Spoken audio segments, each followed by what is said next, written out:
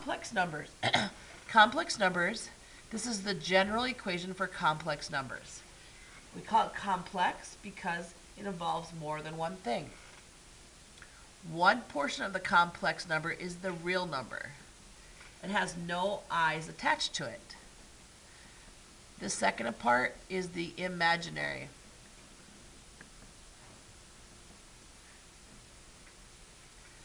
It has an I with it. So I'll give you an example. 3 plus 2i. This is a complex number. 3 is the real portion, and 2 is the imaginary portion. So you've actually seen some of this already. You're welcome to just watch this portion.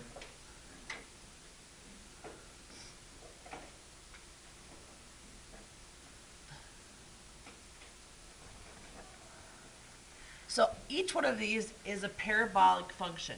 It's a parabolic shape that models a quadratic equation, okay? Quadratic equations, things like this. Right? Okay? So in this, you'd say there is two real solutions. There's going to be two solutions, okay? Now what types are they? Here's two real solutions because it touches the x-axis twice. Here's one real solution, and really in this case, it's -2 twice. So it's -2 and -2. Here's -2 and +1. Two answers, -2, +1, -2, -2. But in this case, it never touches or crosses the x-axis. So we normally would say no real solutions, but really there's two solutions. They are just complex solutions, and that's what we're learning about today. So let's start with some stuff that you already know. I'm going to make a suggestion what to write down today and what's just to watch. I think you can just watch this problem. This is an equation. If I asked you to solve, opposite of squaring is square root. You're going to have two answers, plus or minus the square root of 7. Done. Next one I think you should write down.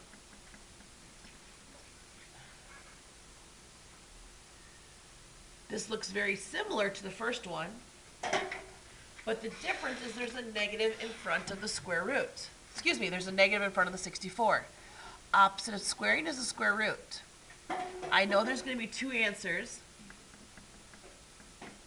but you learned freshman year you can't take the square root of a negative, and that's true.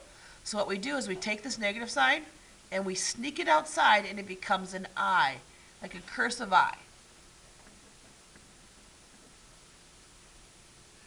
And the square root of 64 is 8. Everything about this problem is correct, but it's not properly written. Kind of like when you write a sentence, you start with the first letter of the sentence is capitalized. And even if you didn't capitalize it, we still understand what the sentence was communicating. Well, here, I understand what you're communicating and it's right, but it's not proper. The proper way is to take this number and to put it in front of the I. That's the proper way.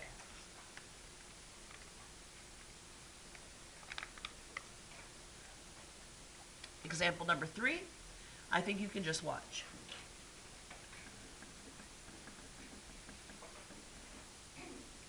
So we're going to do PEMDAS backwards. We add or subtract first. We multiply or divide second. And here's where the problems start to exist. Students know that they're going to take the square root, and most remember there's going to be two answers, but they get this far and they think you're done. Turn to your partner. What do we need to do next?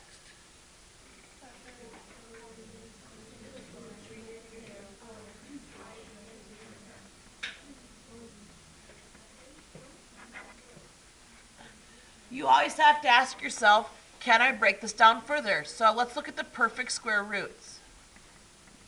1 never breaks anything down. It divides nicely into 20, but it doesn't break it down. Is there one of these numbers that divides nicely into 20? The answer is yes, it is 4. 4 times 5 is 20. Square root of 4 is 2. Turn to your partner. Why does this problem not contain an I, but the previous problem did?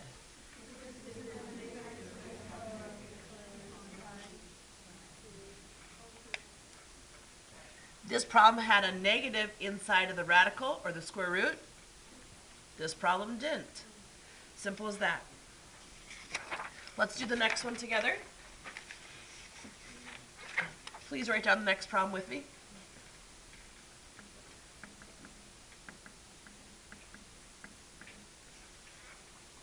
So now we're involving two things in this problem. One is the new imaginary number concept, and two is, can you simplify those radicals? So we're going to do PEMDAS backwards. We're going to start by adding 36 to both sides. Then multiplying or dividing second.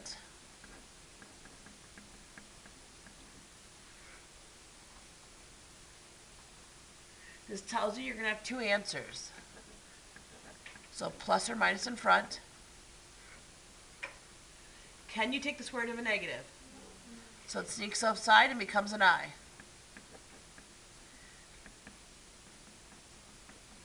There's not a wrong answer here necessarily, but let's go with the easier answer. What's the largest perfect square that nicely divides into 32? 16 times 2. 4 would work, 4 times 8 would work, but then you'd have to do it again with the 8. Square root of 16 is 4. And everything I've done so far is mathematically correct, but the proper way to write it is to take this number and put it in front of the I.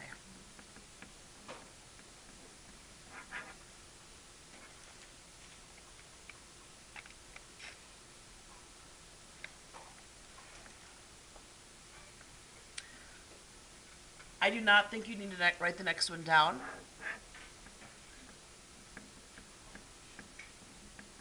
And actually, I want to see if you can do this in your mind. Okay?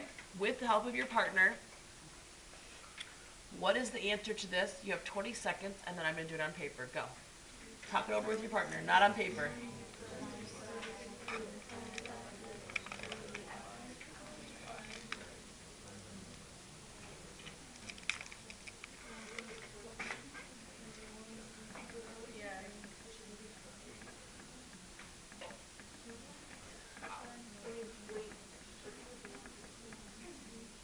Is there going to be I imaginary parts to this? Two answers.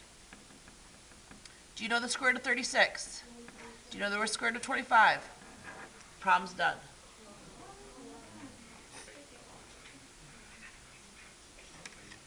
Okay, doing the next problem with me.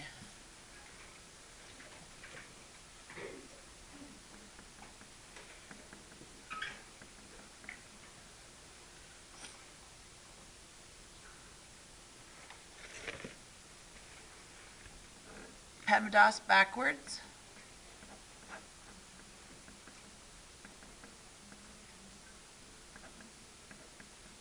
Will we have I's as a part of this answer?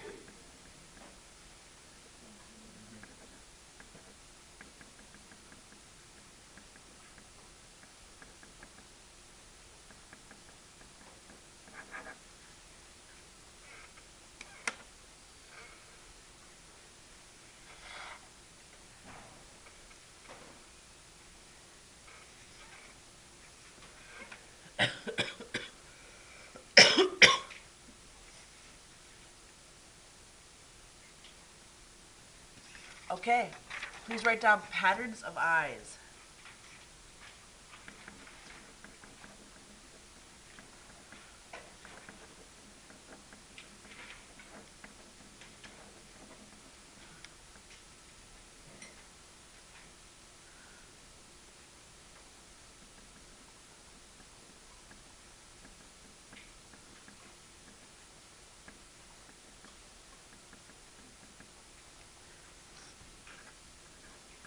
You're going to want to circle exactly like what I did.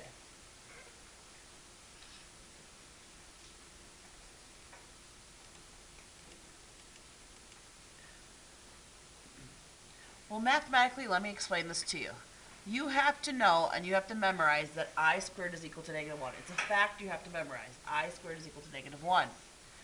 So let me just break this down right now. You don't have to write this down unless you are somebody who thrives after understanding the math behind our concepts, okay? So 3 I's is the same as I, and I. Again, you don't have to write this part down unless you really want to understand this. Do you agree 3 i's, I cubed is I? Okay. What is I squared equal to? Negative 1, right? So here's negative 1i. Does everybody see that? Here's 4 i's. What's I squared equal to? What's this I squared equal to? What's negative 1 times negative 1? Negative 1 times negative 1 is 1, but there's an additional I. Does everybody see how I'm doing that?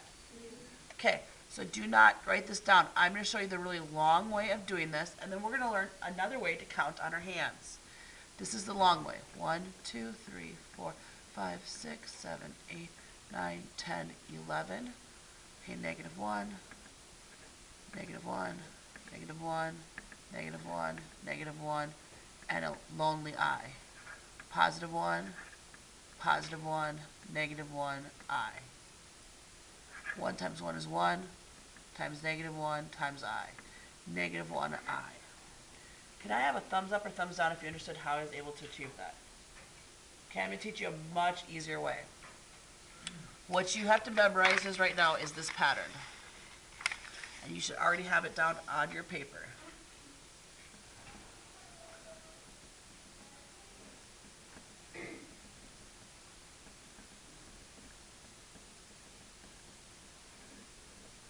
Okay, you ready?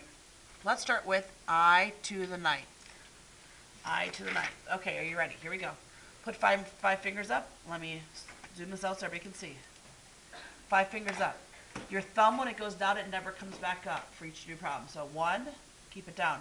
2, 3, 4, 5. Don't bring your thumb up. 6, 7, 8, 9. Do you agree I'm ending on the 4th number in the sequence right here? Here's your sequence. What's the 4th number? 1i. Problem's done. Okay? Let's do I to, you shouldn't have to, you may not get it for a while. That's okay. We just figured out, let's do I to the 13th. No, let's do it to the 18th. Let's double it to the 18th. Okay, ready? Starting a new problem, so all fingers are up. Once your thumb goes down, you count it 1 time. You never bring it back up. So here's 1. Don't bring it up. 2, 3, 4, 5, 6, 7, 8, 9, 10, 11, 12, 13, 14, 15, 16, 17, 18. Do you agree I'm ending on the very first number in the sequence of 4? What's the first number in the sequence of 4? Done. Okay? Here's your next one. I to the 21st. With your partner right now, I want you to count together, and then I'll do it for the whole class. Go ahead.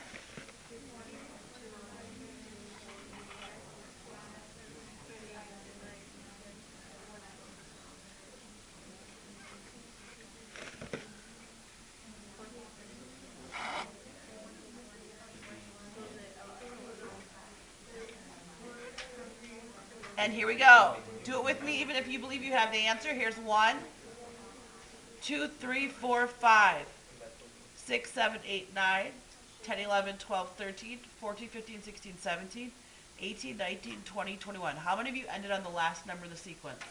Hands up high so I can see. What's the last number in our sequence? 1i. Okay, here we go. Let's go I to the 12th. On your own, like right now, as if it's a quiz. Go ahead. I to the 12th.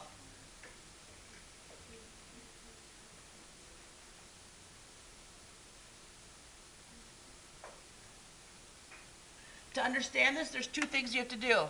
One is when you count, you start a problem. Once your thumb goes down, it never comes back up for that problem. Okay? The second thing is you have to memorize just these 4 in order. Okay, I'm going to show you really quick how I've seen kids do it before. I know it sounds silly, but do you see how you're adding a 1 to these parts? Okay, so they went, I saw them do this as a group once. They went, so they start at -1, and you're like, go down to your desk just a little bit. And then on the second one, you're at -1i, because you added something to it. Then you're at +1, then you're at +1i. Does that make sense? Seen kids do that before. Other kids just memorize it. Up to you, whatever works for you. Here's 12. 1, 2, 3, 4, 5, 6, 7, 8, 9, 10, 11, 12. Is it the third number in your sequence? What's the third number in the sequence? Can I have a green cup, red cup based on your understanding so I can see? Nice. Okay, let's get to some harder problems.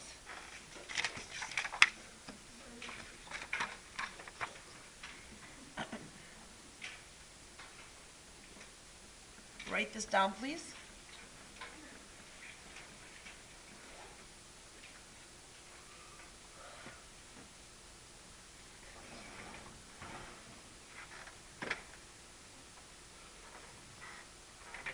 All right, this isn't so difficult. I'm just going to write the pattern over here. Let's practice it together. So it's I squared is what?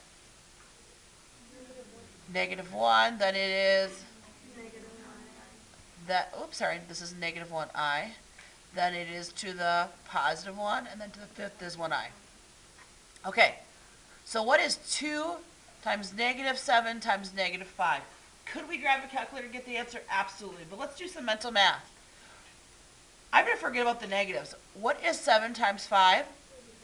And let's double it, 2. 35 times 2 is? So I took care of this and this and this, and 2 negatives make a? Okay, so I've got those done. How many i's do I have remaining? 10, ready? Push your 5 fingers out. 1, 2, 3. What number of the sequence is it? What's the second number of the sequence? -1i, right?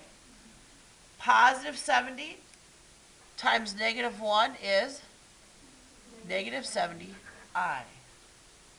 Between you and your partner, whoever is closer to where I'm currently seated, please explain this to your partner. Ready? 30 seconds. Begin.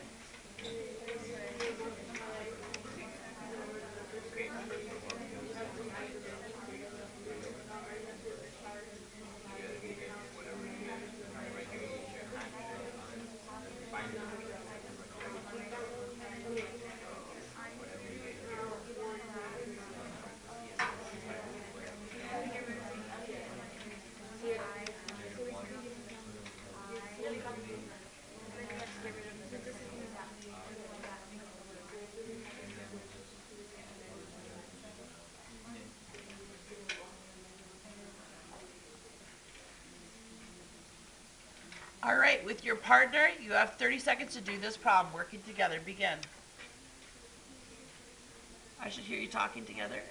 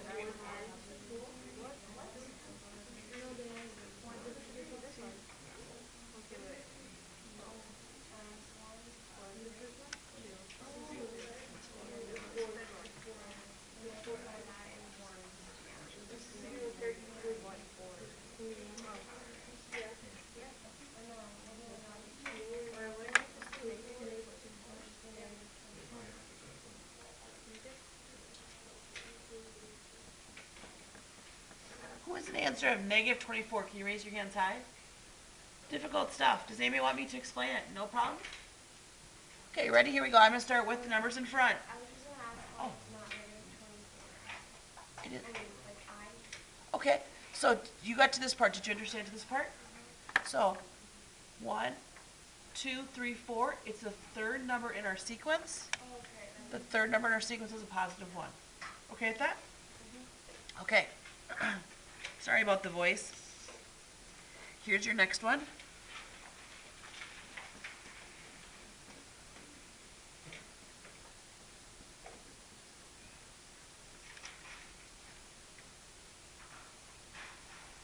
So I'm going to write down 4i once, and this particular group I'm going to write down twice.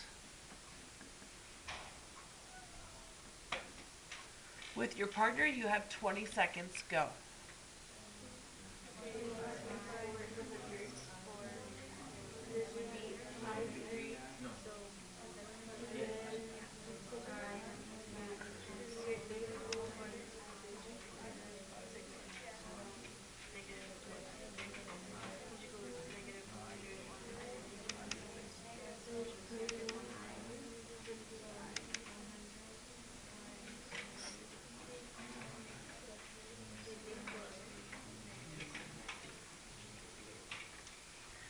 So I have 5 times 5 is 25. 25 times 4 is 100.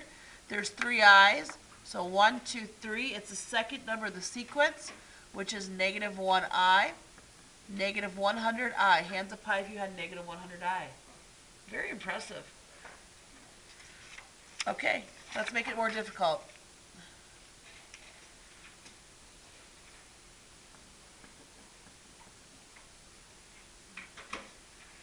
Writing it down, please. Can I take the square root of a negative 12? Sneaks outside and it becomes an I.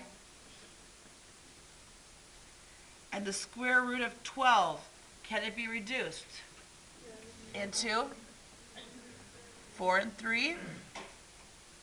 Square root of 4 is 2. And now how do I properly write this?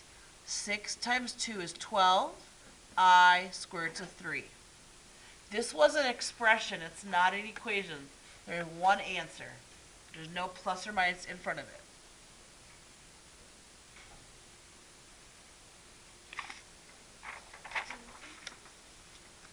Similar. Please write this down.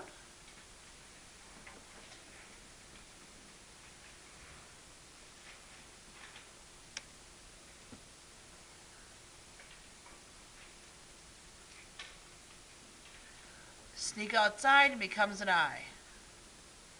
Sneaks outside and becomes an I.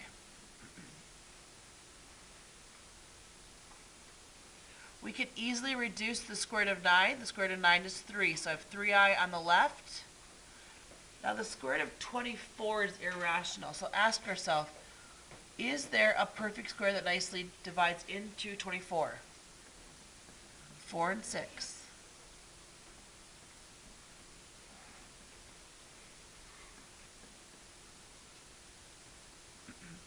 And now we're going to multiply common terms. 3 times 2 is 6. I times I is I squared times the square root of 6.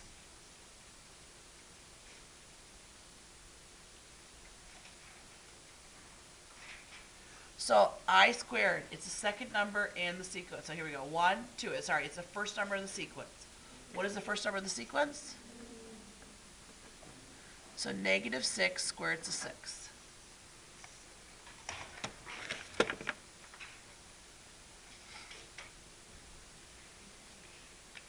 All right, we're moving on to elementary math. The next learning objective is going to be to add or subtract complex numbers. Add or subtract complex numbers.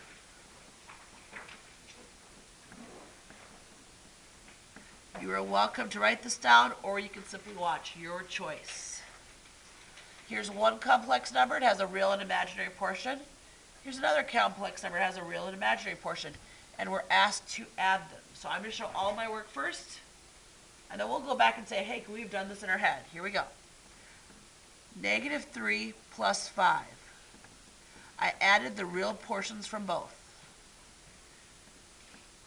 7i plus negative 8i. I added the imaginary portions. 2 plus negative 1i. Final answer, and we know that a positive and a negative make a negative. Either one would be fine.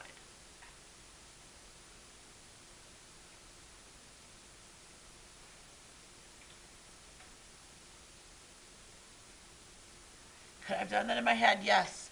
Negative 3 plus 5 and 7 plus a negative 8. Done. You don't have to show work on these if you don't want to.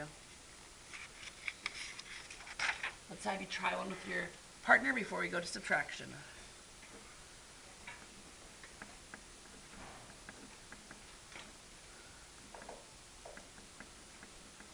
With your partner, begin. So sorry.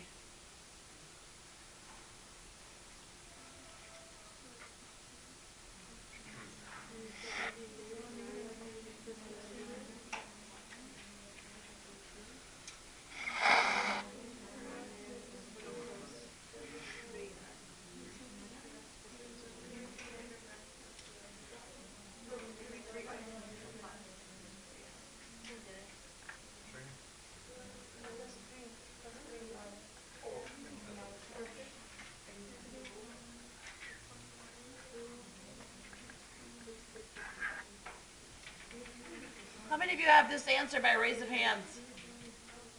Would anybody like me to explain this? Okay, let's go to subtraction.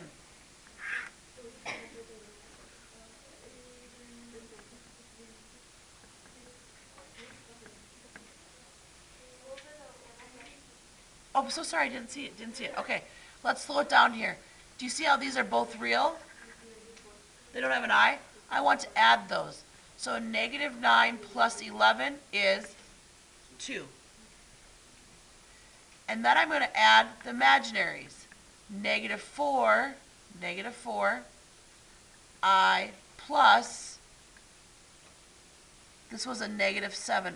Oh, sorry. This was a negative 4I plus 7I. Negative 4I and positive 7I is a positive 3I. Good? Okay.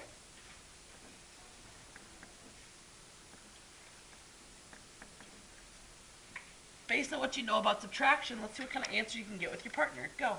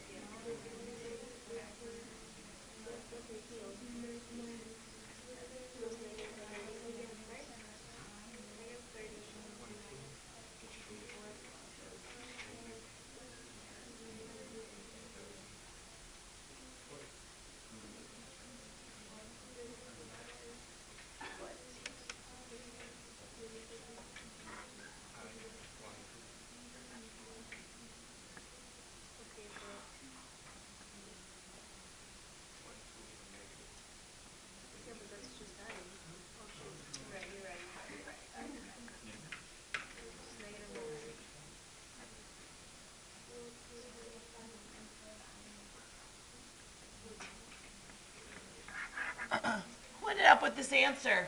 Anybody? Okay, good job, guys. So, negative 30 subtract positive 17. Same sign, add, keep the sign of the larger number. Then I have, I'm so sorry, positive 2I subtract negative 8I. Two negatives make a positive. So 2I plus 8I. And since it's a positive number, I put a plus in the middle.